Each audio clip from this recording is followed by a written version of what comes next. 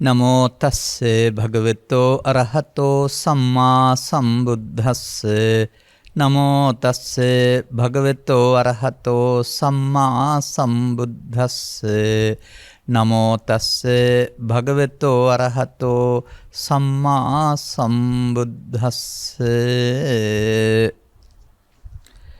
අවිජ්ජාභික්ඛවේ පුබ්බංගමා අකුසලානං ධම්මානං සමාපත්තිය අනුදේව අහිරිකං අනුත්තප්පං විජ්ජාචකෝ භික්ඛවේ පුබ්බංගමා කුසලානං ධම්මානං සමාපත්තිය අනුදේව හිරොතප්පාතිති ධර්මානුශාසනාවෙහි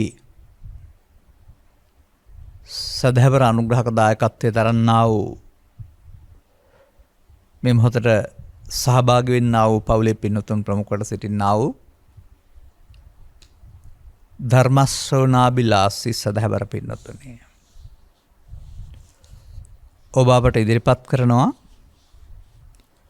අවිද්‍යාව දුරු වී විද්‍යා විමුක්තිය ලබා ගැනීම පිළිබඳව කරුණු පැහැදිලි කරන ධර්ම දේශනාවක් කරන්නයි කියලා. මෙය ආධුනිකයින් සඳහා පහසු වෙන දෙයක් නෙවෙයි. එක්වර ධර්ම ශ්‍රවණය කෙනෙකු කරන කෙනෙකුට තේරුම් ගන්න පුළුවන් දෙයක් නෙවෙයි මේක. අපට මේ පැහැදිලි කිරීම ගැටලුවක් නෙවෙයි. අපි ඔබේ ඉල්ලීම ඔබේ යහපත සඳහාත් සමස්ත ප්‍රඥා නාලිකාවේ ශ්‍රාවක පිරිසගේ දැනුමේ දියුණුව සඳහාත් පැහැදිලි කරන්න උත්සාහ කරමු. එවැනුයි එම කරුණ තිබෙන මාතෘකා පාඨයක්ම මා ධර්ම දේශනාව වශයෙන් තෝරාගත්තේ. සූත්‍ර දේශනාව වශයෙන් ඔක්කොම පැහැදිලි කරන්න නෙමෙයි මම ගත්තේ.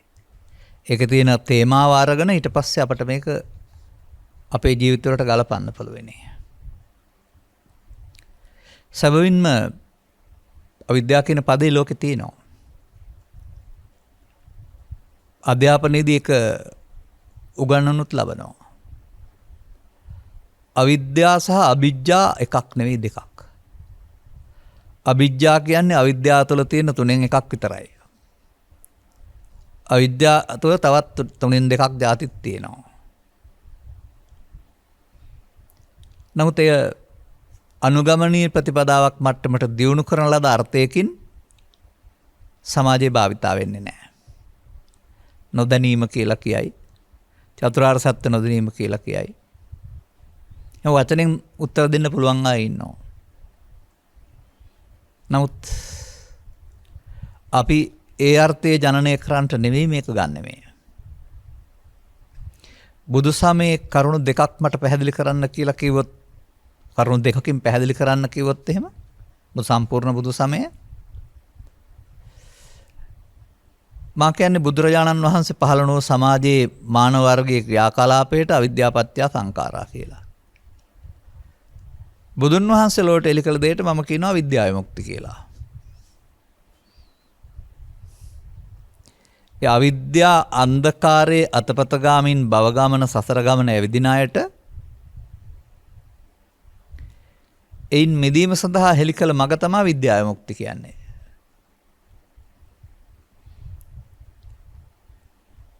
එබැවින් මේ අවිද්‍යා පදය පොතේ තියෙන අර්ථයෙන් තේරුම් ගන්නවට වඩා ජීවිතයේ ඒකකයක් වශයෙන් තේරුම් ගන්නවට වඩා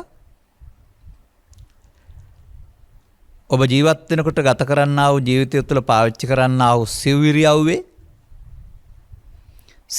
සිව්විරියව තුළ පාවිච්චි කරන්නා වූ පංචද්වාරයට එන්නා වූ අරමුණු වල මුලාවේදී සිදුවෙන දෙයක් වශයෙන් අවිද්‍යාවත්. ඒ මුලා වෙන මොහොතේම මුලා නොවෙමින් ගැලවෙන ආකාරය විද්‍යා විමුක්තිය වශයෙන් උත්. සිදුවෙන දේ අවිද්‍යා පත්‍ය සංඛාරා වශයෙන් උත් ගැලවීම විද්‍යා විමුක්තිය වශයෙන් උත් තේරුම් ගන්නට තරම් ශ්‍රාවක පිරිස, තථාගත බුදු පියාණන් වහන්සේගේ සදහම් මඟ විශ්වාස කරන ශ්‍රාවක පිරිස සත්පුරුෂ සංසේවයේවත් ඒ කරුණු පැහැදිලි කරන අයගේ ඇසුර තුළින් සද්ධර්ම ශ්‍රවණය තුළින් තේරුම් ගන්න ඕන. තේරුම් ගැනීම තුළ ඔබට අවිද්‍යාව පත්‍ය ඔබ තුලින් තේරේවි. ඔබේ සිත තුලින් තේරේවි. විද්‍යා යුක්තිය සඳහා තමන් කුමක් කළ යුතුද කියන එක පිළිබඳව එතකොට තේරුම් ගන්න පුළුවන් වේවි. මෙහි සඳහන් කරලා තිබෙනා වූ පාට දෙකක් පමණක් අපි අරගෙන එතනින් එහාට මේක සරලව අරන් යමු. මොකද මේකේ ගාථා කීපයක් තියෙනවා. මේ ගාථා විවෘත කරන්න ගියොත් ඔබට සමහරට තවත් අපහසු වෙන්න පුළුවන්. මොකද අපි මේක ඔබගේ ජීවිත තුලින් ඔබේ ඇස කන නාසය තුලින් තමයි මේක සරලව පැහැදිලි කරන්නේ. මෙන්න මේකයි අවිද්‍යාව කියන්නේ කියලා. දැන් මේක පෙන්නනවා. මේක මං හිතන්නේ අංගුත්තර නිකායේ බිකුනිපාතේ පොත.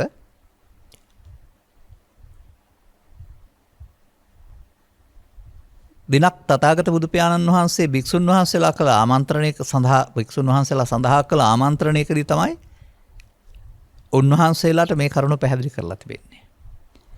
එයින් කියවෙන්නේ භික්ෂුන් සඳහා පමණයි කියන එක නෙමෙයි. තමන් ඉස්සරහා හිටපු පුද්ගලයන්ට කරන ආමන්ත්‍රණයක් පමණයි මේ පදය. හොරෙක් හිටියනම් චෝර කියලා කියයි. රජෙක් හිටියනම් රාජ කියලා කියයි. ගෘහපති හිටියනම් ගෘහපති කියලා කියයි. අන්න ඒ ආමන්ත්‍රණයක් පමණයි. වැඩිපුර උන්වහන්සේ ඉස්සරහා සවන් දුන්නේ භික්ෂුන් බැවින් බොහෝ විට භික්ඛවේ කියලා තියෙනවා. ඒ අපට ආйти නැති වැඩක් කියලා බැහැර කරන්න කවුරුත් කල්පනා කරන්නට අවශ්‍ය නැහැ. කවුරුත් ඉන්නේ අවිද්‍යාවේ විද්‍යාවේ මුක්තයට යන්න ඕන කෙනෙකුට ඒක අදාළ වෙනවා. මහණනි පෙරටු වෙනවා. පුබ්බංගමා කියන්නේ පූර්වාංගම වෙනවා. මේ අවිද්‍යාව කියලා කතා කරන්නා වූ මුලාසහගත ස්වභාවය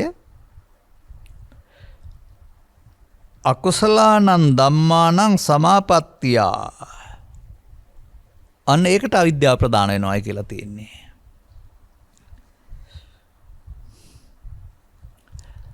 අකුසල ධර්මයන්ගේ රැස් කිරීම පිණිස අවිද්‍යාව ප්‍රදාන වෙයි. ඔන්න අපිට එහෙනම් අකුසල ධර්මයන් රැස් කිරීම නෙවෙයි අවිද්‍යාව. ඒකට ප්‍රධාන වෙන දේ අවිද්‍යාව කියලා පෙන්නනවා. අකුසල ධර්මයන් රැස් කරන්නේ මිනිසා සිතින් කයෙන් වචනෙන්. එහෙනම් අවිද්‍යාව මිනිස්සුන්ගේ සිතේ තියෙන දෙයක්. පොතේ නෙවෙයි.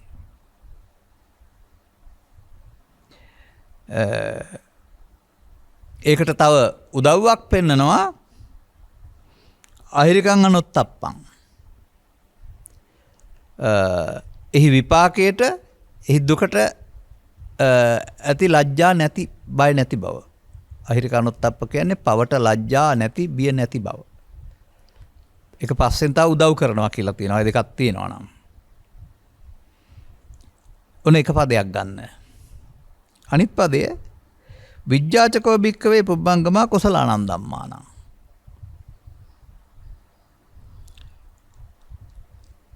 කුසල ධර්මයන්ගේ රැස් කිරීම කියන වචන මේකේ තියෙනවා. නමුත් රැස් කිරීම කියලා පාලියේ නැහැ. අන්න එතන අපි වරද්ද ගන්නවා. විද්‍යාව පෙරටුවන්නේය. හිරියොතප් දෙක උදව් වෙනවා. මෙන්න මෙතන තමයි මේ සමාජය මේක ලෙහා ගන්නේ නැත්තේ හරියටම. ඔවුන් අකුසල ධර්මයන් කියලා පව් ගත්තොත් කුසල ධර්මයන් කියලා පින් ගත්තොත් වරදිනවා. මොකද මේ බුදු සමයේ තියෙනවා අකුසලයෙන් වෙන්නේ මේ කුසලයේ කියලා වෙන එකක්. ඒ නොතේරෙන පුද්ගලයාට පවෙන් වෙන්නේ පින් කිරීම කියලා එකක් තියෙනවා. තව ඒක වෙන එකක්. ඒ පවෙන් වෙන්නේ පින් කිරීම කියන කාරණාවේදී ඒ පවේ යෙදීම සහ පිනේ යෙදීම කියන කාරණාවේදී තමන්ගේ අනාගතයට විපාක විඳින්න බැඳෙන හේතු වලට කියන්නේ අபிසංකාර කියලා. අபிසංකාර කියන පදේ පව් වලට විතරක් නෙවෙයි තියෙන්නේ. අපුණ්‍ය ආபிසංකාර, පුණ්‍ය ආபிසංකාර, අනිජ්ජාபிසංකාර. ඒ අභිපදයෙන් පාවිච්චි කරන්නේ ඔහු සසරක් හදා ගන්නවායි කියන එක. එහෙනම් එකෙන් කියවෙනවා පවෙනුත් අනාගත සසරයක් හැදෙනවා. පිනෙනුත් අනාගත සසරක් හැදෙනවා. ධානයෙනුත් අනාගත සසරක් හැදෙනවා. ඒ බුදුන් වහන්සේ පහළ වෙන්න පෙර මිනිසා දියුණුව සොයාගේ ගමනේදී ඒකට වඩා එකක් දියුණු පියවරවල් මේවා. එතකොට පුණ්‍යාභි සංකාරයේ පමණක් නොව පුණ්‍යාභි සංකාරයත් ආනිජ්ජාභි සංකාරයත් අවිද්‍යාව තුළ කියලා ලෝකයා තේරුම් ගන්නේ නැහැ. ඒ වුණාට පරිවිමංශන සූත්‍රය හොයලා බැලුවොත් අවිද්‍යාගතෝ යම් භික්කවේ පුරුෂ පුද්ගලෝ මහණෙනි ස්ත්‍රියක් හෝ පුරුෂයෙක් ගිහියෙක් හෝ පැවිද්දෙක් මේ අවිද්‍යා නැමැති අඳුර තුල සිටමින් අපුඤ්ඤං චේ සංකාරං අபிසංකරෝති පෞරස් කරයිද පුඤ්ඤං චේ සංකාරං අபிසංකරෝති පුඤ්ඤාභි සංකාර රැස් කරයිද ආනිජ්ජං චේ සංකාරං අபிසංකරෝති ආනිජ්ජ කර්ම හේවත් ධාන කුසල කර්ම රැස් කරයිද සිත පවට උපගත වෙනවා පිනට උපගත වෙනවා ධානට උපගත වෙනවා ඒ අනුව සිතේ පැවැත්ම සිදු වෙනවා දැන් මේකේ පෙන්නනවා අපුඤ්ඤාභි පුඤ්ඤාභි ආනිජ්ජාභි සංකාර තුනටම මුල අවිද්‍යාව කියලා අන් එතන තේරුම් ගන්න ඕන මේ සමාජයේ පාසල් අධ්‍යාපන තුළ සාමාන්‍ය අධ්‍යාපන තුළ උගන්වන කාරණාවේදී එහෙම අර්ථයක් ජනනය වෙන්නේ නැහැ. සමාජයේ සමස්තයක් වශයෙන් පිළිගන්නේ පව නරකයි පින හොඳයි කියලා. හොඳයි තමයි. පිනට වඩා ධානයත් හොඳයි. හැබැයි ධානයටත් වඩා ලෝකෝත්තර කුසලයේ හොඳයි. අන්න එහෙමයි මේ හොඳ යන්නේ. එතකොට මේක හතරට බෙදුවොත් තුනේක අනුපාතයට අපුඤ්ඤාභි සංකාරේ පුඤ්ඤාභි සංකාරේ අනිජ්ජාභි සංකාරේ සමානයි අවිද්‍යාපච්චය සංකාරා. අකුසලයේ ලෝකෝත්තර කුසලයේ විද්‍යා විමුක්තිය. දැන් ඔබ අහන්නේ විද්‍යා විමුක්තිය සාක්ෂාත් වෙන හැටිනේ. විද්‍යා විමුක්තිය සාක්ෂාත් වීම සඳහා මේ පවතින දහම් පැහැදිලි කිරීමේ පැටලිලි සහගත ස්වභාවය අපි නිරවුල් කරගන්න ඕන. ලෝකයා කතා කරනවා පිනට කුසලයේ කියලා. නමුත් ඒකට කියන්නේ පුණ්‍යාභි සංකාරය භවගාමී කුසලය. භවයේ ගමන් කරන්න හේතු වෙන කුසලය ඇරුණාම ඒක භව නිරෝධගාමී කුසලය නෙවෙයි. නමුත් බුදුන් වහන්සේගේ ගැන්වීමේ අකුසලයෙන් වෙන්වීම නැමැති කුසලයක් තියෙනවා. නැත්නම් ලෝකෝත්තර කුසලයක් තියෙනවා. ඒක අபிසංකාරවලට අයිති නෑ. ඒක පෙන්වන්නේ විසංකාරගතං චිත්තං සිත මේ අපුඤ්ඤාභි හෝ පුඤ්ඤාභි හෝ ආනිජ්ජාභි සංකාර ගත වීමෙන් මුදවා ගන්න එක විද්‍යාව. සංඛාර ගත වීම නෙවෙයි සංකාරගත නොවීම. එහෙනම් මේ අවිද්‍යා සංකාරයත් පොතේ නෙමෙයි අපි ළඟ සිදු වෙන්න ඕන. අවිද්‍යා සංකාරයට මුලාවෙන් වෙනුවට බුදුදහම තේරුම් ගත්ත පුද්ගලයෙකුට ඒ මොහොත විද්‍යා විමුක්තියටපත් වෙන මාවත ඉවර වෙන්න වෙනවා. මෙය අවුරුද්දකට එක වතාවක් හෝ ජීවිතයට එක වතාවක් අනුගමනය කරන්න ඕන. එහෙම එක දවසක ක්‍රියාවලියක් නෙමෙයි. නැවත නැවතත් හුස්ම ගන්න ආසේ. බඩගිනි වෙනකොට නැවත නැවතත් ආහාර ගන්න ආසේ. නිදිමත එනකොට දිනපතා නැවත නැවතත් නිදා ගන්නා වශයෙන් නැවත නැවතත් මොහොතක් පාසාම අවිද්‍යාව දුරු වීමෙන් විද්‍යා විමුක්තිය සෝවාන් ආදී මාර්ගපිළිවෙලින් සාක්ෂාත් වෙන්නේ. සෝවාන් වලින් එහාට සාක්ෂාත් වෙන දෙයක් විද්‍යා විමුක්තිය. ඊට මෙහා පැත්තේ ඕන එකක් අවිද්‍යාපච්චය සංඛාරා කියලා තමයි කියන්න තියෙන්නේ.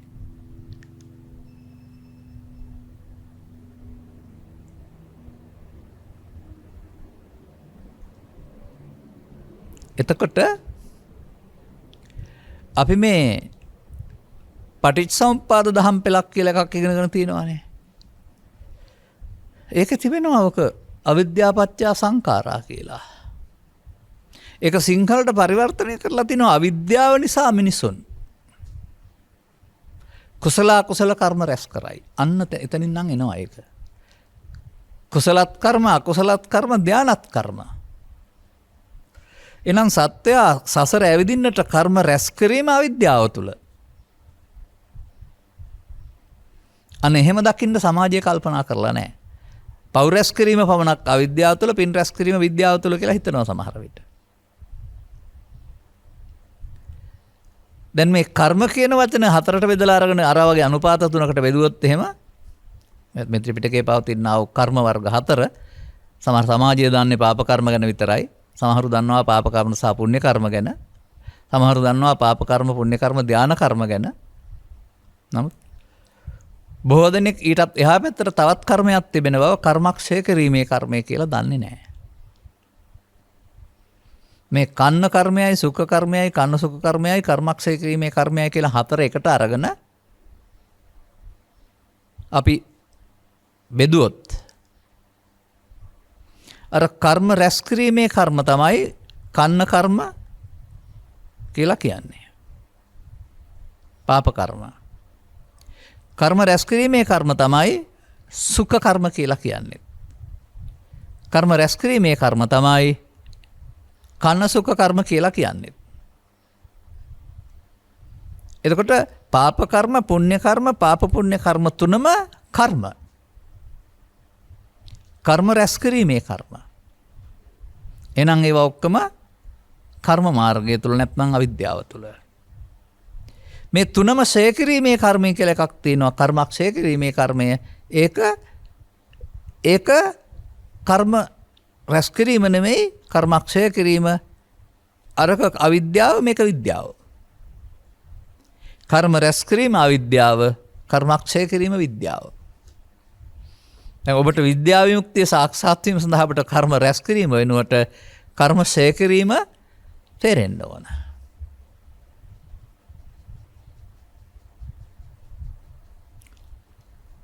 මේ සඳහා තථාගතයන් වහන්සේ කළ නිර්දේශවල අප පිළිබඳව සාමාන්‍ය සමාජයේ කරන විවරණයට වඩා ගැඹුරු විවරණයක්, ඒ පිළිබඳව තේරුම් ගත් අයට සවන් දීම, ඇසුරු කිරීම හෙවත් සත්පුරුෂ සංසේවයෙන් සහ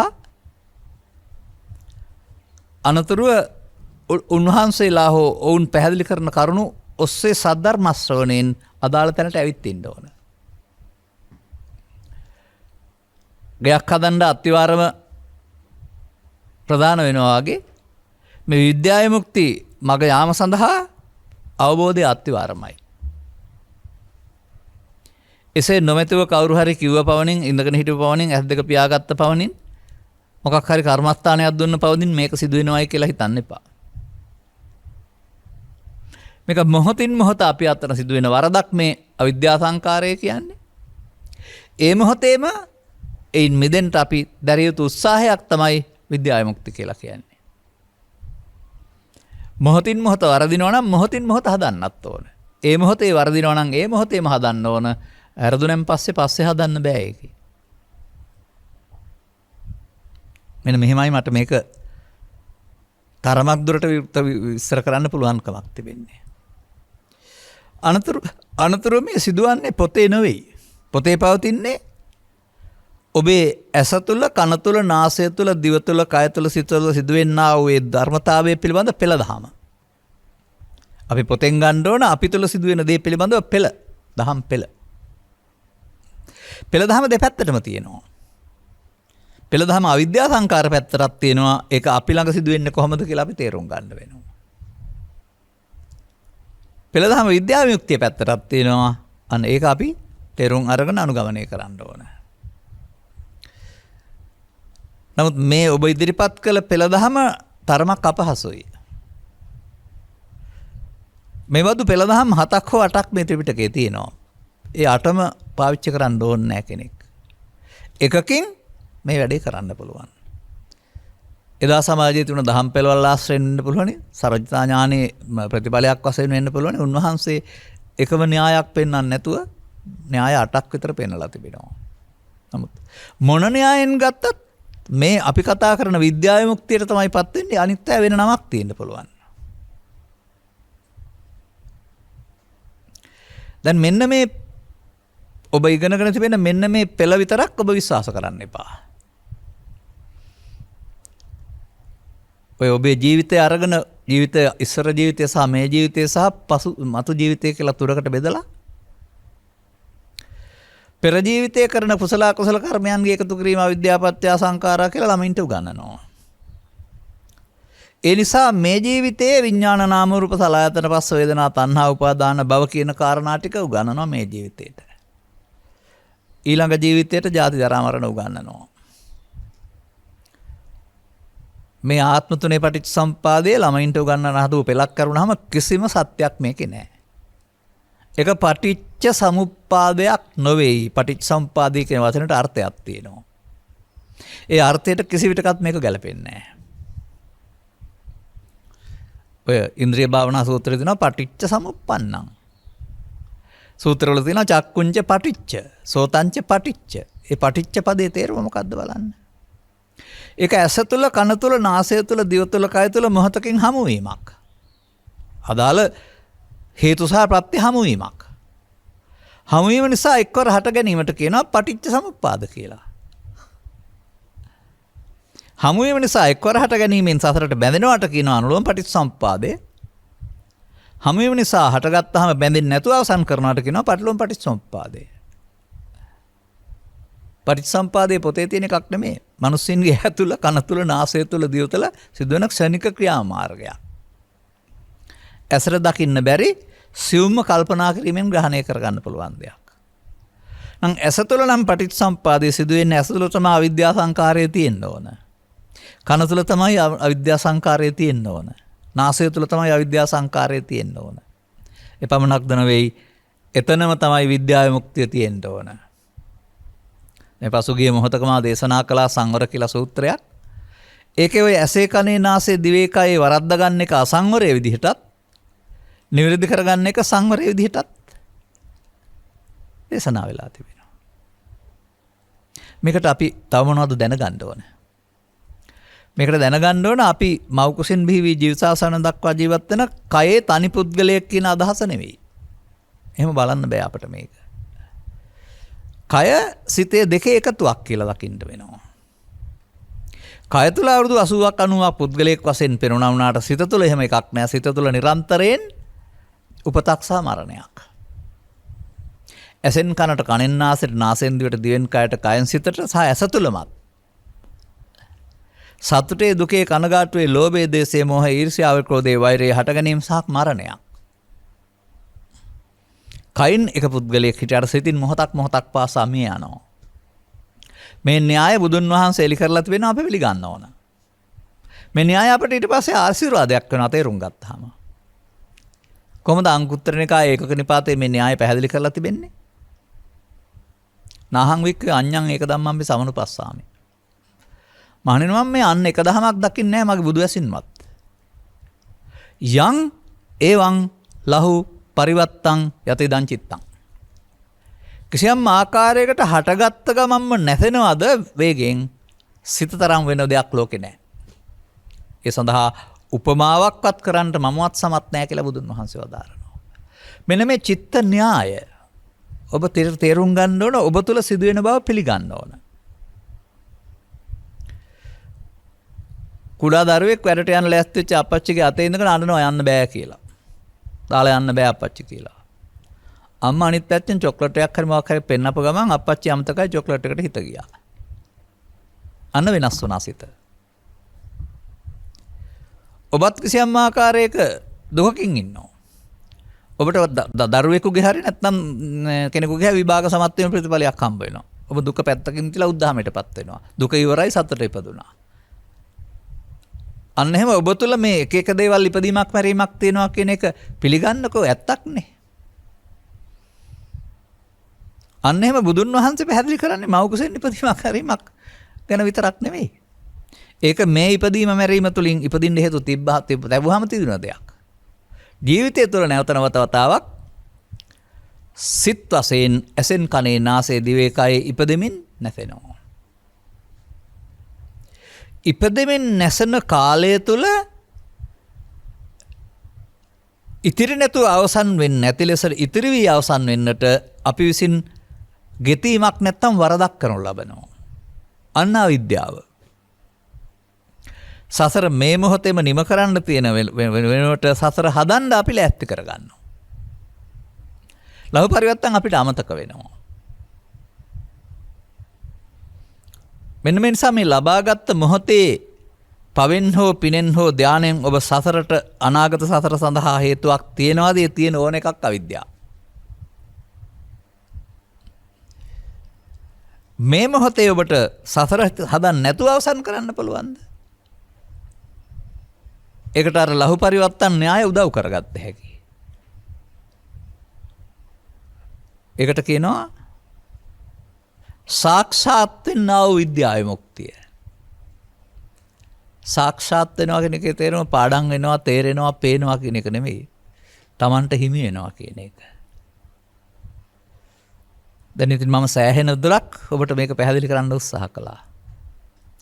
ඊටු ටික පැහැදිලි කරන්න මේ ත්‍රිපිටකයේ තිබෙන පෙළ දහම ඔබේ ඇස තුල, කන තුල, නාසය තුල, දිව තුල, කය තුල සිදුවෙන ආකාරය පිළිබඳ ඔබට වැටහීමක් තියෙන්න ඕන. මම ඒක පැහැදිලි කරනවා හැමින් ඔබ ගෝචර කරගන්න. අන්න එහෙම ඒකට තමයි පෙළ දහම කියන්නේ.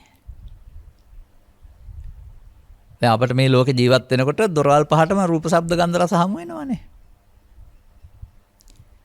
ඒක තථාගතයන් වහන්සේ තව විදිහකින් පැහැදිලි කරනවා. චක්කුංච පටිච්ච රූපේච උප්පජ්ජන චක්කු විඥානං තින්නම් සංගතිපස්සෝ කියලා.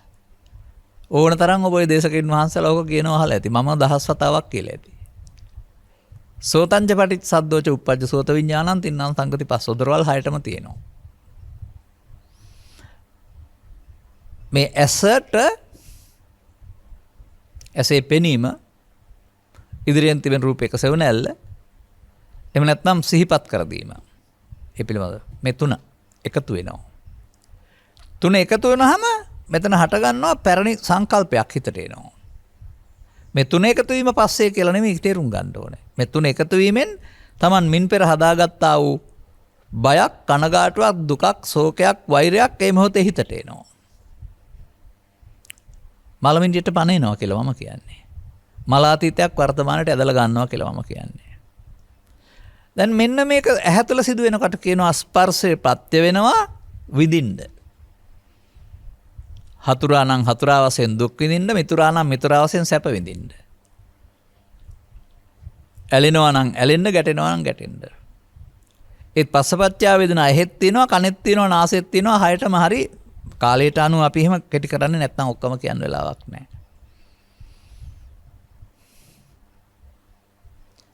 දැන් වේදනාවෙන් නතර වෙන්න බෑ. වින්දොත් ඒ විඳින ආකාරයේ සැප හෝ දුක් හෝ උපේක්ෂා අනුව ඒකට ඔබ ඇලීමක් හෝ ගැටීමක් ඇති කරගන්නවා. ඇස තුළ අති ඉස්සර ජීවිතය තුළ එහෙම නෙමෙයි මතක තියාගන්න මේ මොහොතේ ඇස තුළ. ඉස්සර කාරණයක් උදව් වෙනවා. ඊයේ ඇති වෙච්ච තරහද මතු වෙන්න පුළුවන්. ඊයේ ඇති වෙච්ච බය ආද මතු වෙන්න පුළුවන්. ඊයේ ඇති වෙච්ච බැඳීම ආද මතු වෙන්න පුළුවන්. ඉස්සර ජීවිතේ නෙමෙයි මේ ජීවිතේ. නමුත් අර වේදනාවට තමන් තියෙන ප්‍රියකම සහ අප්‍රියකම තුළ තමයි වේදනාවට තණ්හා කරනවා. හැවත් වේදනාව වේදනාව කියන්නේ රිදීම නෙමෙයි විඳීම. විඳීමට මමත් එකතු කරනවා. විඳීම බාරගත්තාම විඳීම ප්‍රතික්ෂේපවා විඳීම මම වෙනවා. අන්න බුදුදහමේ මම හැදෙන තැන. මායන්නේ මම හැදෙන්නෙත් නැහැ. කයන්න යන්නේ මම හැදෙන්නෙත් නැහැ. යම් විඳීමකට ඇලුනහම ගැටුනහම මම වෙනවා.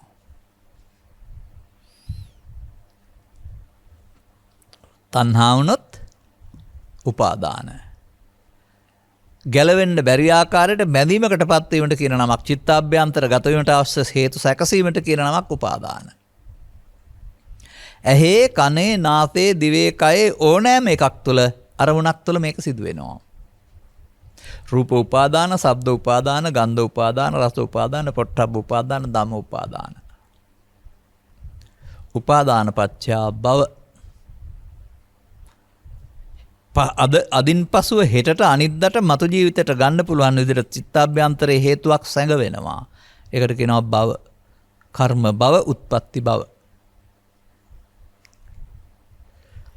මෙන්න මේ ඇස තුළ අරමුණු රසයක් විඳින්න ගියාපුවාම, කන තුළ අරමුණු රසයක් විඳින්න ගියාම, නාසය තුළ, දිව තුළ, කය තුළ අපි සඳහන් කළ පරිදි ඇස තුළ, කන තුළ, නාසය තුළ, දිව තුළ, කය තුළ, සිත තුළ අරමුණු රසය විඳීමේදී අරමුණ එතන අවසන් වුණාට යලිත් තරහක්, වෛරයක්, ක්‍රෝධයක් හෙට නැත්තම් පසුව නැවත උපදින්න පුළුවන් පරිචිත්තාභ්‍යන්තරයේ සැඟවීමට තමයි අවිද්‍යා සංකාර කියන්නේ.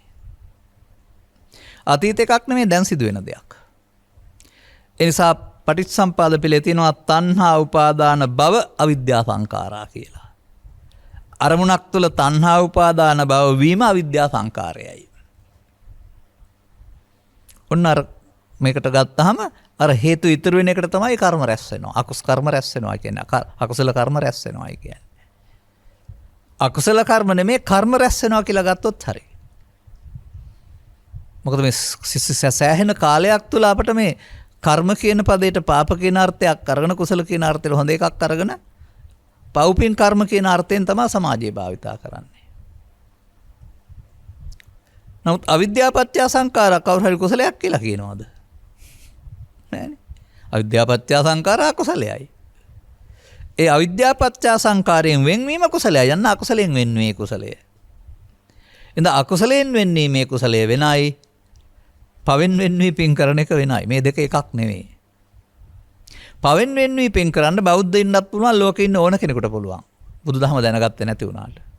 නමුත් අකුසලෙන් වෙන්වී මේ කුසලයේ කරන්න පුළුවන් වෙන්නේ සෝවාන් සිර රහත් දක්වා ආර්ය පුද්ගලයන් සඳහා පමණයි. අනිත් අයට බෑ ඒක. ඒක ආර්ය මාර්ගයක්.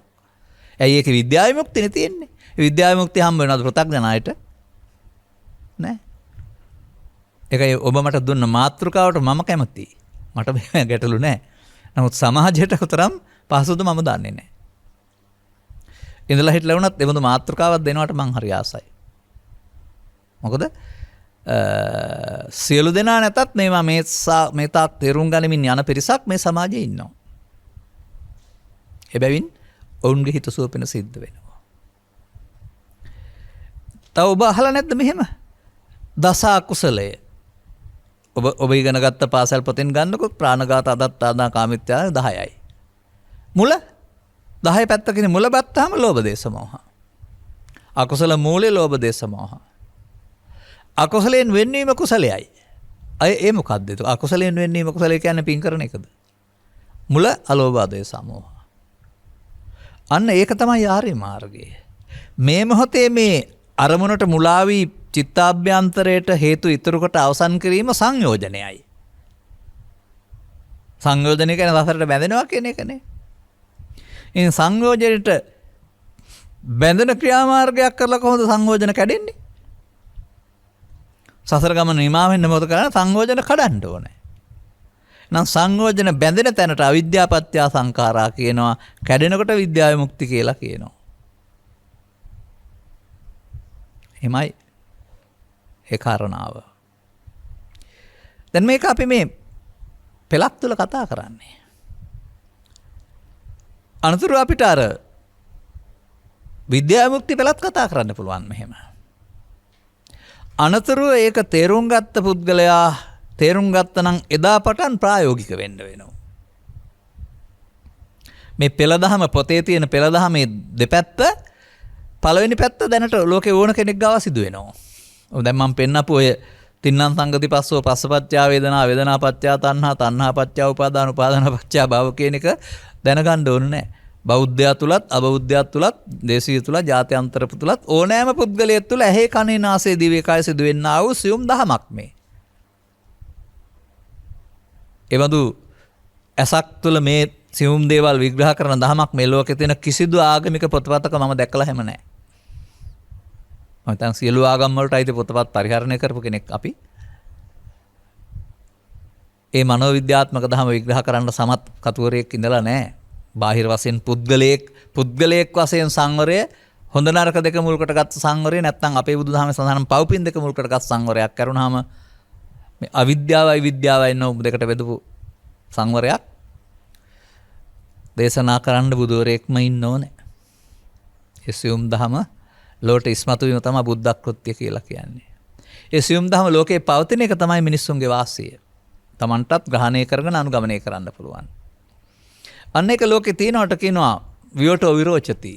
විවෘත වුණොත් බබලනවා. ඒ මග වැහුණොත් නොපටිච්චන්නෝ වැහුණොත් බබලන්නේ නැහැ. ඔය ගත වෙච්ච සීවස් 7-8ක් කියලා කියන්නේ ඕක පොතේ පෙළ තිබුණාට අදාළව පැහැදිලි කරගන්න බැරි නිසා වැහුණු යුගයක්. ඒ නිසා මවටත් බැරි වුණා, පියාටත් බැරි වුණා, ගුරුවරයාටත් බැරි වුණා, භික්ෂුවටත් බැරි වුණා, භික්ෂුණීටත් බැරි වුණා. සාමණේර හිමියන්ටත් සාමණේර භික්ෂුණීටත් බැරි වුණා, උපසපන් භික්ෂුණීටත් බැරි වුණා. ඔන්න ඔක්කොම තුල කර්ම තිබුණා, පාප කර්ම ඉවත් වෙන්න ඇති, පුණ්‍ය කර්ම කරන්න ඇති, දාන සීල භාවනා කරන්න ඇති. නමුත් අවිද්‍යා පත්‍ය සංඛාරා තුල පරලෝ යන්න අපවත් වී අදාරන්න ඇරුණාම විද්‍යා විමුක්තියෙන් පරලෝකීය බවට ලකුණක් නැහැ නේද? විද්‍යා විමුක්තියෙන් පරලෝකීය නම් රහතන් වහන්සේ පිරුණම් වැඩියා කියලානේ කියන්නේ. මලියදේව මහරහතන් වහන්සේගෙන් පස්සේ එහෙම වචනයක් කියවෙන්නේ නැත්නම් නම් කවුරුත් අවිද්‍යාපත්‍ය සංඛාරා තුල සසර ඇවිදින පාරේ ඉන්නවා කියන එකනේ. ඔබ ඔය මාත්‍රකා දීපුවම මට මේවා කාරණා ඔක්කොම මතුවෙනවා විවරණය කරන්න පුළුවන්. සමස්තයම පෘථග්ජන භාවය තුළ හිර වෙලා. ඒක තුළ අර කර්මක්ෂය කිරී කර්මය අතෑරලා අපුණ්‍ය කර්මයයි පුණ්‍ය කර්මයයි දෙකට බෙදාගෙන අපුණ්‍ය කර්මයෙන් ඉවත් වෙන්න හදනවා පුණ්‍ය කර්මය කරමින් සැප හොයනවා. කර්ම මාර්ගයේ හොඳ එකට අහු වෙලා ඉන්නවා බුදු සමය තුළ කර්මක්ෂය කිරීමේ මාර්ගයක් තියෙනවා ලෝකෝත්තර විමුක්ති සඳහා කියලා අහන්න ලැබෙන්න ඕන තේරෙන්න ඕන තේරුණාම අනුගමනය කරන්න පුළුවන් වෙන්න ඕන.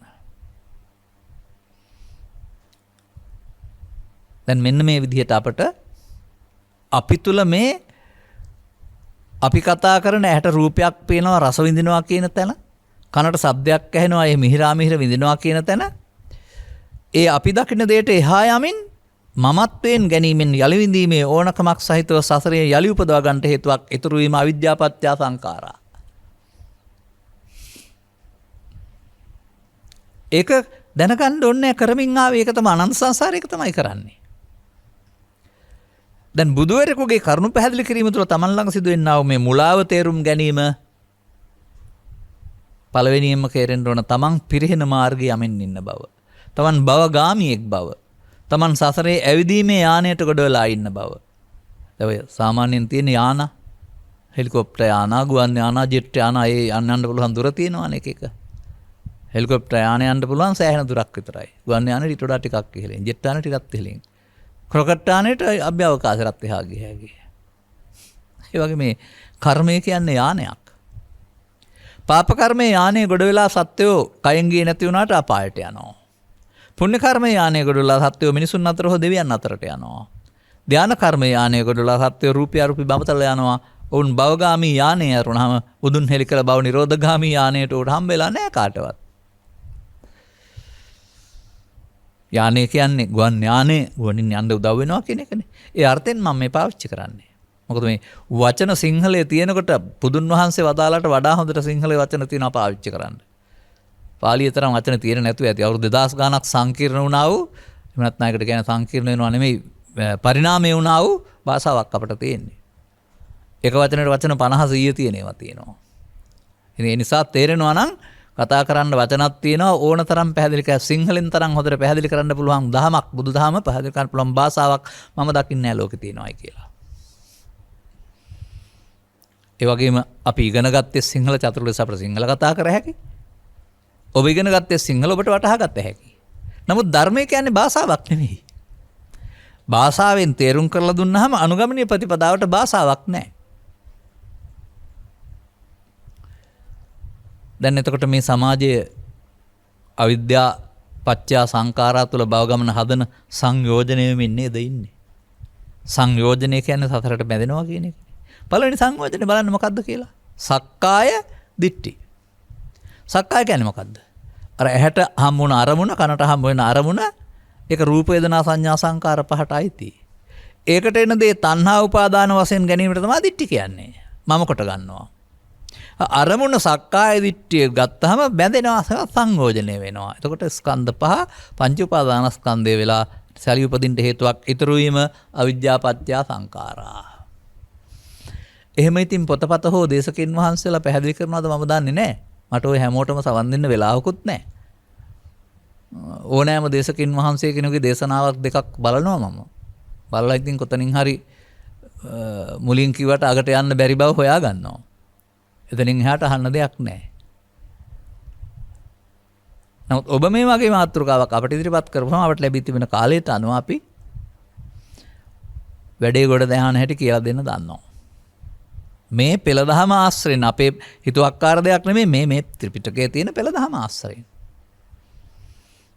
දැන් ඊළඟ පදේ මොකද්ද? කුසල ධර්මයන්ගේ රැස් කිරීමට කියන එකේ තේරුම පින් රැස් කිරීමට නෙවෙයි. ඒ පින් නිසාත් උපදිනවා නම් ඒක අවිද්‍යාපත්‍ය සංඛාරා නෙවෙයිද?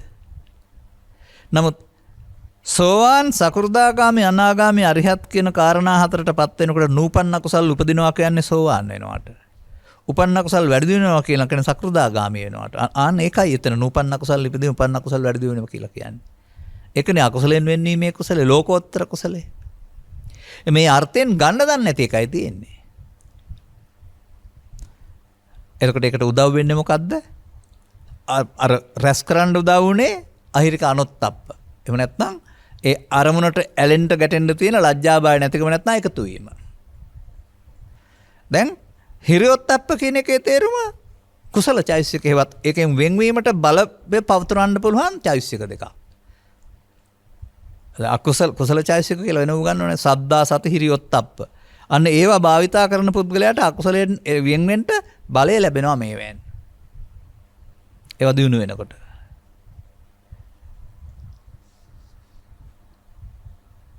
විද්‍යාව පෙරටු වෙනවා කුසල ධර්මයන්ගේ රැස්වීමට. අපි දැන් ඊළඟට කතා කරන්න ඕනේ ඒක. මේ අපි කතා කළේ සසරට බැඳෙන පමාදවාදී පෙළ දහම සංයෝජනය වෙන පෙළ දහම අවිද්‍යා සංකාරය. දැන් අපිට බුදුන් වහන්සේ අලුතෙන් යෝජනා කරන අනුගමනීය පෙළ දහම අපි තේරුම් ගන්න ඕන. ඒකත් ඇස තුළමයි කන තුළමයි නාසය තුළමයි දිව තුළමයි අර පරණ පුරුදු තැනමයි. සෝතංච පටිච්ච සද්දෝච උප්පජ්ජේ තෝස විඥානං තින්නම් සංගති පස්සෝ. ඇසට කනට නාසයට දිවට කයට ඕන එකකට හරි මේක. හැබැයි තින්නම් සංගති පස්සෝ කියන්නේ මේ තුනේ එකතු වීම ස්පර්ශය කියලා තමයි පොතේ ලියලා තියෙන්නේ. එහෙනම් බුදුහාමුදුරණත් තින්නම් සංගති පස්සෝ. එහෙනම් බුදුහාමුදුරුවෝත් අවිද්‍යාව දුරු කරලා නැහැ. බුදුන් වහන්සේට බාහිර හම් වෙන අරමුණු හඳුනා ගන්න පුළුවන් වුණාට තින්නම් සංගති පස්සෝ හේවත් අර අතීතයෙන් එන්න තියෙන ක්ලේශ ධර්මයන් නැහැනේ. බුදුන්ටත් ගලපන්න පුළුවන් වෙන්න ඕන තින්නම් සංගති පස්සෝ. එහෙනම් තින්නම් සංගති පස්සෝ හරියන්නේ කෙලස් තියෙන අයට තුනක් එකතු වීමෙන් චිත්තාභ්‍යන්තරයේ තියෙන තරහව, ඊර්ෂ්‍යාව, ක්‍රෝධය, වෛරය හිතට එන එකට කියන නමක්. තින්න තුනේ එකතුවෙන් තමන් හදාගත්ත දේ හිතට එනවා. ඒකට කියනවා uppannam kama vitakkan, uppannam vyapada vitakkan, uppannam vihinsa vitakkan. බුදුරජාණන් වහන්සේට තියෙනවද මේ තුනට ගැටුණට කාම විතර්කෝ, ව්‍යාපාද විතර්කෝ, විහිංසා විතර්ක? නෑනේ. එන උන්වහන්සේලාට ඒක වළංගු නෑ. මන් දැත් උන්වහන්සේලා විද්‍යා විමුක්තිය සාක්ෂාත් කරලා තියෙන්නේ.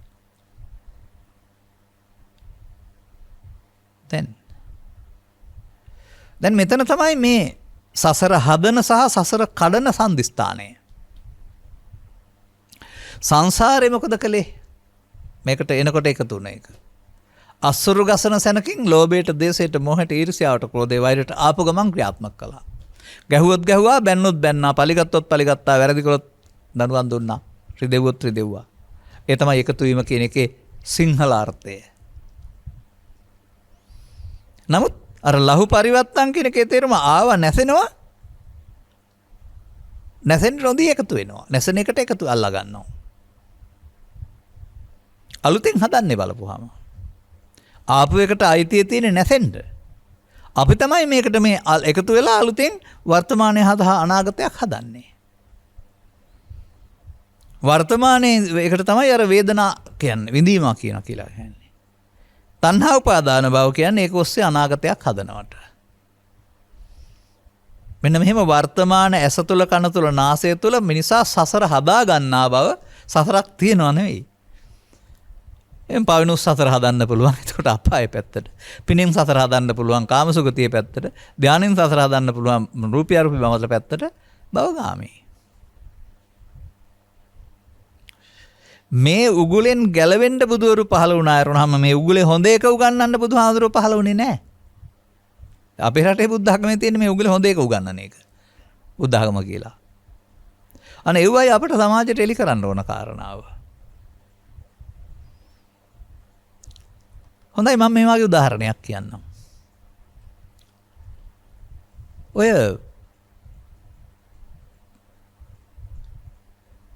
අම්මලා දුවලා තාත්තලා පුතාලා සහෝදර සහෝදරියෝ යම්කිසි ප්‍රීති උත්සවයක යෙදලා ඉන්නවා. ඔවුන් ළඟ තියෙනවනේ භාවිතයට සුදුසු නොසුදුසු වචන කියලා එකක්. මේ අම්මලා තාත්තලා එන තැන දුවල පුතාලා යමක් භාවිතා කරන්නේ නැහැ.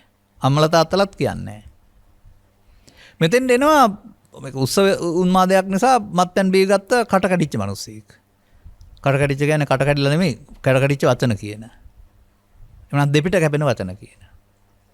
වෙරිමර ගාතේ මොකක් හරි කියවෙනවා මේ මව්පිය දූ දරු සෙනෙහසට නොගැලපෙන.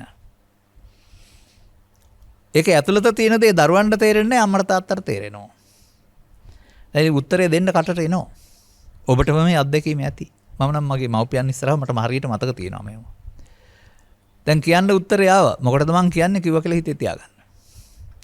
ආවා උත්තරේ දුන්නේ නෑ නේද? එන එක අතාරින්න පුළුවන් නේද අපිට? කිව්වනම් ප්‍රශ්නේ දුරදි යනවා. කිව්වේ නැතුවම ඉවර වෙනවා. මේ බුදුහාමුදුරුවෝ අදාළ සතිපට්ඨානෙන් අතහැරීම නෙවෙයි. අර මාතෘත්වයට පීතෘත්වයට නොගැලපෙන නිසා ඒක එකතු නොකර අතහැරීම. මොහොතකින් මේ එන දේ අපිට එකතු වෙන්නත් පුළුවන් අතාරින්නත් පුළුවන්. මේ එකතු වීම තමයි අවිද්‍යාව, අතහැරීම තමයි විද්‍යාවට යන පාර.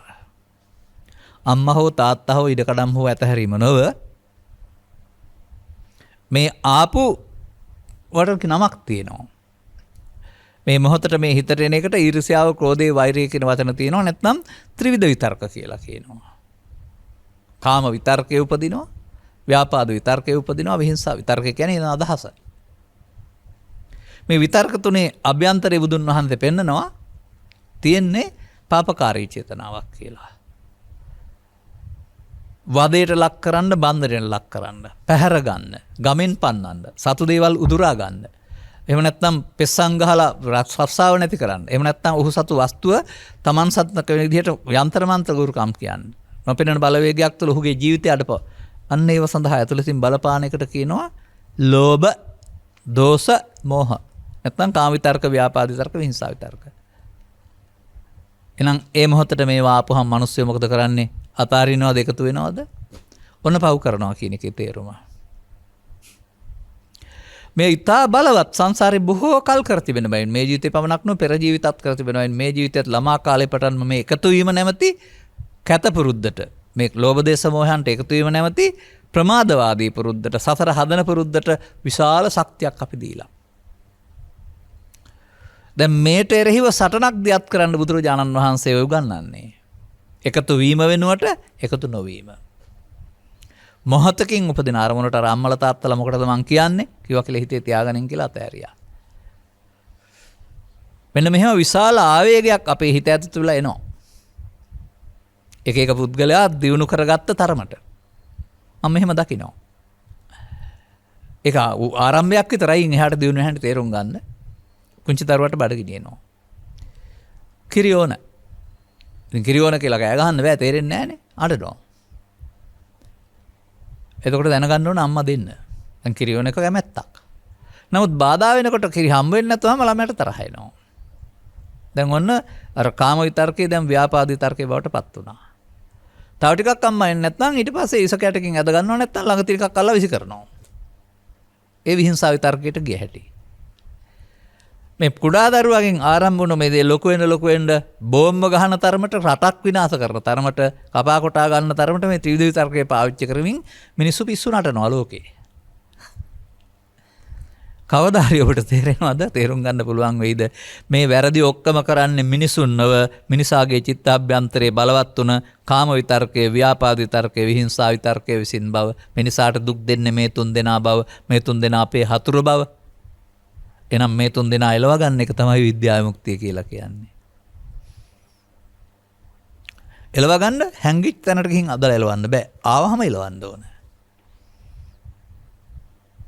මොකද තියෙන තැනක් හොයන්න බෑ මේවා. එනකොට දැනෙනවා තියෙන බව. ආවම එකතු වීමෙන් සසර හැදෙනවා, පවත්නවා. එකතු නොවීමෙන් එයා මේ යන්න බෑ. අන්න එකතු නොවීමෙන් අර සිත හටගත්තාම නැති වෙනවා කියන න්‍යාය ක්‍රියාත්මක වෙනවා. ඒකට කියන්නේ ඕනෑම මොහොතක පස්ස නිරෝධෝ කියලා. අර අතීතයේ එන එකට එකතු නොවීමට මේ පෙන්වන්න නිරෝධ කරනවා කියලා කියන්නේ. දැන් එහෙනම් නිරෝධ නම් ඒක පරිනිවේදනාවක් වශයෙන් විඳින්නේ නැහනේ. විඳීමක් නැත්නම් තණ්හාවක් නැහනේ.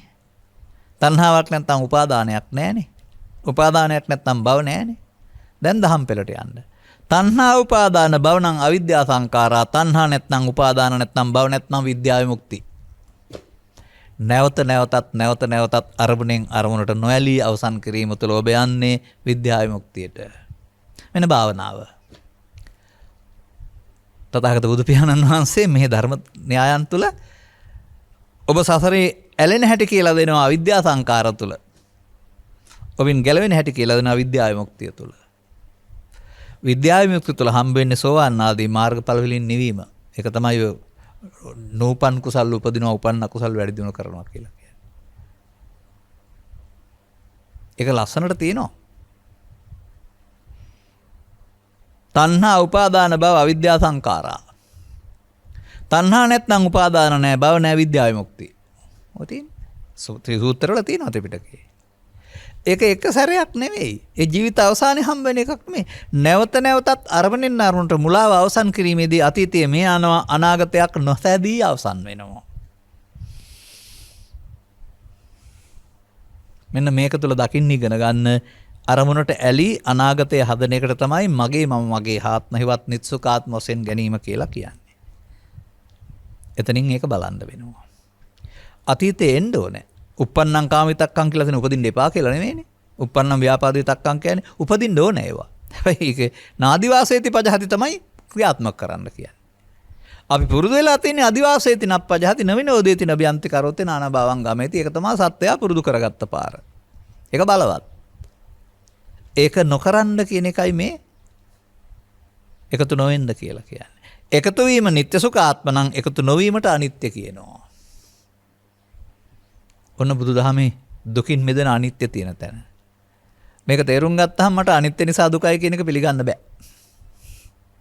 කවුරු හරි පාලියෙන් තියෙන යදනිච්ඡන් තන් දුක්ඛං කියන එක සිංහලට වරද්දපු ලොකුම වැරැද්දක් ඒ. අනිත්‍ය නිසා අඳුකනම් බුදුහාමුදුරුවෝ පංච උපාදානස්කන්ධය අනිත්‍ය දුක්ඛ සම්බලලා සෝවාන් සකෘදාගාමි අනාගාමි අරිහත් වෙන්න කියන්නේ දුකටපත් වෙන්නද? පංච උපාදානස්කන්ධේ නැවත නැවතත් අනිත්‍ය දුක්ඛ අනාත්ම බලනවා කියන්නේ ওই විද්‍යා විමුක්තිය මොහොතක් පාසාම සෝවාන් සිරහත් දක්වා. එතකොට දුක දහම්බ වෙන්නේ පංච උපාදානස්කන්ධ අනිත්‍යයේදී නෑ නිවීම නැමැති සැපනේ. එහෙනම් කවුද ලියුවේ යදනිච්ඡන් තන් දුක්ඛං කියලා? සිංහලට යමක් අනිත්‍ය නම් දුකක් කියලා. යදනිච්ඡන් තන් දුක්ඛං පාලි පදේ හරි. සිංහලට ලියපු එකේ තියෙන වැරද්දක්. මේවා හිතන්න ටිකක් දුර ගිය නුවණක් තියෙන්න ඕන. මේ පිළිබඳ විශේෂ ගවේෂණයක් කළා වූ නුවණක් තියෙන්න වෙනවා. ඔබටත් මා මේ කරුණ ඉදිරිපත් කරන්න නිසා කල්පනා කරන්න. මම හිතනවා මේ මාතෘකාව දෙන්න තරම් ඔබ ඥානවන්ත වුණා. නැත්තම් මේ මාතෘකාව මට දෙන්නේ නැහැ කවුරුවත්. එහෙම. නමුත් මේ මාතෘකාවට සාධාරණ ඉටු කරන්න ඕන අපි. දැන් මේක මේ එක පෙළයි ඉදිරිපත් කළේ. ඇහි කනේ නාසයේ දිවේ කයේ සිතේ අවදි වූ තැන් පටන් නින්දට යනතුරු තින්නම් සංකපස්ස හම්බ වෙනවා. නැවත නැවතත් තැන්වත් බලමින් වාසය කරන්න අනුපස්සී විහෙරති. අරකට එකතු නොවෙන්න දියුණු කරන්න ආව එකට කියනවා සතිපට්ඨානය වඩනවා කියලා. එකට එකතු වෙනවට සිහිය නැහැ කියනවා. ඉතින් ඔය කියන්නේ මට සිහිය ඉන්නවා කරන්න පෙවුන්නේ නැහැ 100ක් මොකද වුණා දන්නේ නැහැ නේ කියලා. ඒ තමයි සිහිය නැහැ කියන එක. එනිසා අපි මේ වගේ හැඟීමකදී මායයට පරාජය වෙනවා. එතනින් එහාට ත්‍රිවිධ විතර්කයේ විසින් ගහගෙන බැනාගෙන කපාගෙන කොටාගෙන ධනෙ විනාශ කරගෙන අනුපඩු කඩාගෙන සැපත දීලා තියෙන්නේ. ඔය ඉන්න ගමන් ටිකක් කල්පනා කරලා සතියන්ත පුවත්පත්වල යන්නා වූ අවුල් ටිකක් කල්පනා කරලා බලන්න. ඝාතනය වීම, ධනෙ විනාශ වීම ආදී කාරණා මේවා කලේ මිනිස්සුද ව්‍යාපාද විතර්කයේ සහ විහිංසා විතර්කයේද කියලා. එහෙනම් සාමකාමී ලෝකයක් අදහදන්න වනාන්තරගත වෙච්ච හාමුදුරුවෝ විතරක් නිවන් දැකලා බෑනේ. සාමකාමී ලෝකයක් හදන්න අනාගත බුදුහාංග සාසන නිවන් ප්‍රාර්ථනා කරලත් බෑනේ. අපි ත්‍රිවිධ විතර්කය හදන්න ඕන. සමස්ත සමාජයේ. අන්න එහෙමයි මේක සජීවී දහමක් වෙන්නේ. මේ මෙහි මොහොතේ ජීවත් වෙන මිනිස්සුන්ව සක්‍රිය දහමක් වෙන්නේ. අනුගමනීය ප්‍රතිපදාව. එතකොට මොකද වෙන්නේ? එතකොට අර කියන විදිහට මේ අදහස ආවහම වර්තමානයේ බොහෝ තැන්වල සිදුවෙනා වූ සිය ගහ මරා කපා කොටා ගැනීම ආදී කාරණාවලට එකතු වෙන්න ඉඩ දෙන්නේ නැහැ සිහිය විසින් අතහරිනවා. අන්න ඒකට කියනවා කන්ති නැත්තම් ඉවසීම. කන්ති පරමම් තපෝතිතික්කා ලොකුම තපස ඉවසීමයි. මොනවා ඉවසීමද? තරහාම ඉවසන එක නෙමෙයි. කාම විතර්ක, ව්‍යාපාද විතර්ක, විහිංසා විතර්ක තුනටම එකතු නොවි අවසන් කිරීම ඉවසීමයි. ඔන්න භාවනා මධ්‍යස්ථානය. ඔන්න මේ සසර කඩන තැන. ඔතනමයි අහු වුණාම සසර හදන්නේ. සසර හදන්නාට ප්‍රමාද විහාරී කියනවා බුදුහාමුදුරුවෝ මේක කඩනවා නම් අප්පමාදෝ අමත පදං කියලා කියනවා. මේ පාර සසරට යනවා වෙනුවට බුදුන් වෙත යන පාර සකස් වෙනවා. මොහොතක් පාසාම බුදුන් වෙත කියන්නේ පිළිමෙතට හෝ බුදුරජාණන් වහන්සේ වෙත නෙමෙයි. බුදුන් කියලා කතා කරන්නේ නිවීමට නමක් නේ. බුදුන්ට තියෙනවානේ ධම්මකාය කියලා එකක්. ධර්මයේ දකීද බුදුන් දකී කියන ශරීරයක් දකී කියලා නෙවෙයිනේ. ඒ බුද්ධ පදයේ අවදි වූ බව කියන එකනේ පෙන්වන්නේ. ඒ බුදුන් වෙත තමයි අදත් අපට යන්න පුළුවන් වෙන්නේ. ඒක තමයි විද්‍යා විමුක්ති කියලා කියන්නේ. මෙන්න මෙහෙම පොතේ තිබෙන පෙළ උදව් කරගෙන අපිට එදිනදා අනුගමනීය ප්‍රතිපදාවක් පැහැදිලි කරලා තිබෙනවා. තමන් ජීවත් වෙන ගමන් තමන්ගේ යුතුයකම් ඉටු කරන ගමන් මේ ත්‍රිවිධ විතර්කයේදී තමයි මේ පස්ස නිරෝධයෙන් වේදනා නිරෝධයට කිරීම තුළ එකතු නොවීම තුළ අතීතයේ ඇවිදින් ඉවර වෙන අනාගතයක් නොහදා ඉවර වෙන මේ ආර්ය මාර්ගය හමු වෙන්නේ. බුදුන් වහන්සේ කළේ යයි. සාරිපුත්‍ර මහරහතන් වහන්සේලාද බුද්ධ පුත්‍රයන් වහන්සේලා කළේ යයි. පරපුරේ ඒ පාරේ ගියා නම් යමක් කළේ යයි. යම ඕන කෙනෙක්. ස්ත්‍රී පුරුෂ කිහිපයද ભેදෙන්තරව. අපි කරමින් ඉන්නේ යයි. ඔබට යෝජනා කරන්නෙත් එයයි. මේකට පාරවල් දෙකක් නැහැ. බුදුන්ට එක පාරක් අනිත් අයට වෙන පාරක් කියලා නැහැ. ඕන කෙනෙකුට අවිද්‍යා සංකාර අනිත් අයට විද්‍යා විමුක්ති. වැරදි නම් අවිද්‍යා සංකාර ඕන කෙනෙකුට ඒ පෙළ හරි. විද්‍යා විමුක්තිත් ඕන කෙනෙකුට අනුගමනය කළොත් හරි. නැත්නම් මේවා බහලා නවද මේ සූත්‍ර පෙළ වශයෙන්. ඔන්න පෙළ දහම කියන්නේ ඕකයි. මේ සූත්‍ර දේශනාවල මේ එක පැත්තකට පළමුව ගන්නනවා මිනිසා දුකටපත් වෙන පෙළ දහම. ඕකේ ගිහින් ගැලවෙන්න බෑ. ඕක සසරට මෙන්න ගැලවෙන පාර කියලා ගැලවෙන පාර උගන්වනවා. අදාළ කරුණු තේරුම් ගන්නට තරම් තේරුම් ගැනීමට පදනමක් දමා ගැනීමට තරම් මෙම කරුණු පැහැදිලි කිරීම උපනිශ්‍රේවා හේතු ආසනාව වේවා කියන සුභාශංසනය කරමින් මම ධර්මානුශාසනාව මෙතකින් අවසන් කරනු ලබනවා. සබ්බිහිතෝ වජ්ජන්තු සබ්බ රෝගෝ විනස්සතු මාතේ බවත් අන්තරායෝ සුඛී දීඝායුකෝ භව හැම දිනාටම තෙරුවන් සරණයි. ද්වේෂක්ඛයෝ නිබ්බානං